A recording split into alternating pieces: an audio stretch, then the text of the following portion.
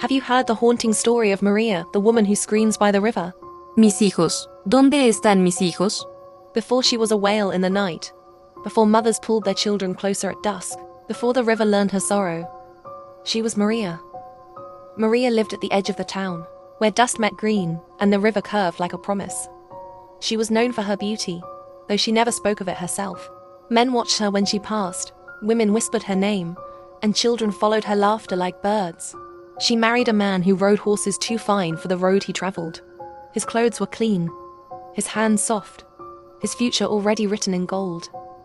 He told her she was different, that she had lifted him above his world. For a time, she believed him.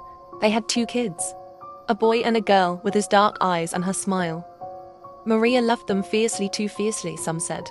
She sang to them at night, washed their hair in the river at dawn, kissed their foreheads as if each morning might steal them away. But love, when fed with silence, begins to rot. Her husband changed. He came home later. He spoke less.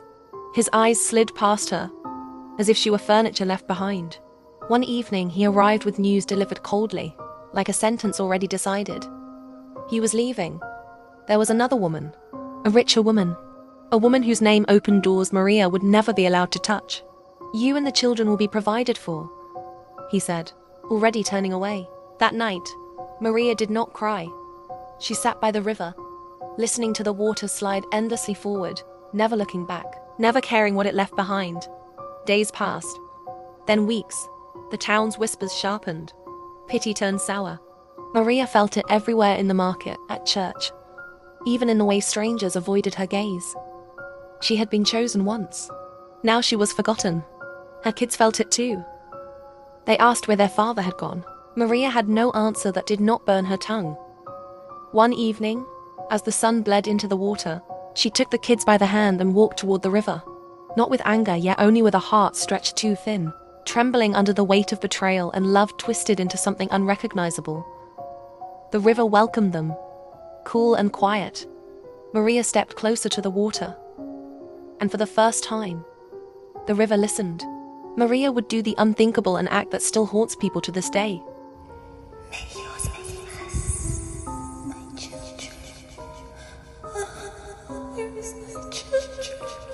Maria took her 2 children to the river at dusk, when the sky burned red and the world felt unfinished. Her mind was no longer her own, fractured by her husband's abandonment, hollowed by shame and whispered pity. The boys splashed at the water's edge, unaware that their mother was already somewhere far away. She watched them for a long time.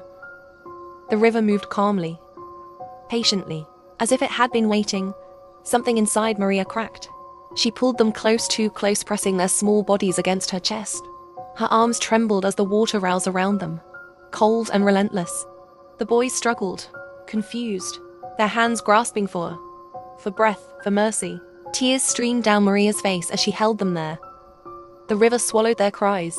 When it was over, she stumbled back onto the shore, gasping, soaked and shaking. The silence that followed was louder than any scream. Maria returned home barefoot, leaving wet footprints that slowly faded behind her. Inside the house, she collapsed. She wept until her body gave out, then rose and opened the chest at the foot of her bed. With trembling hands, she pulled out her wedding dress, the white she had once believed meant forever. She put it on carefully, as if preparing for a ceremony meant only for the dead. She sat before the mirror, her eyes empty, her ears ringing with imagined laughter that no longer existed. Maria went back to the river before dawn. The dress dragged behind her, heavy with regret. She stepped into the same water that had taken her children, and did not resist as it closed over her. The river accepted her without judgment. By morning, the villagers found them all tangled in the reeds, mother and sons claimed by the same current.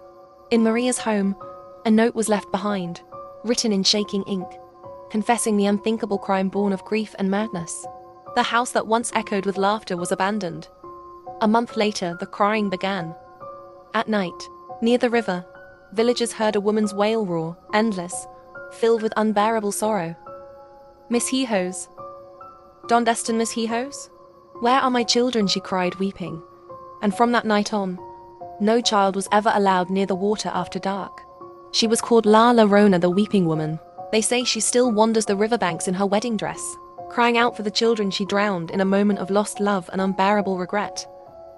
Even now, people claim to see her at night, calling their names through the mist. And if she looks upon a child and realizes they are not hers, her sorrow turns to rage. Some whisper that she takes them, dragging them back to the river to ease her endless grief. A legend born from love lost. Maria, known as La Llorona, the weeping woman. If this story gave you chills, like, follow, and hit the notification bell so you never miss a Shadow Tales tale.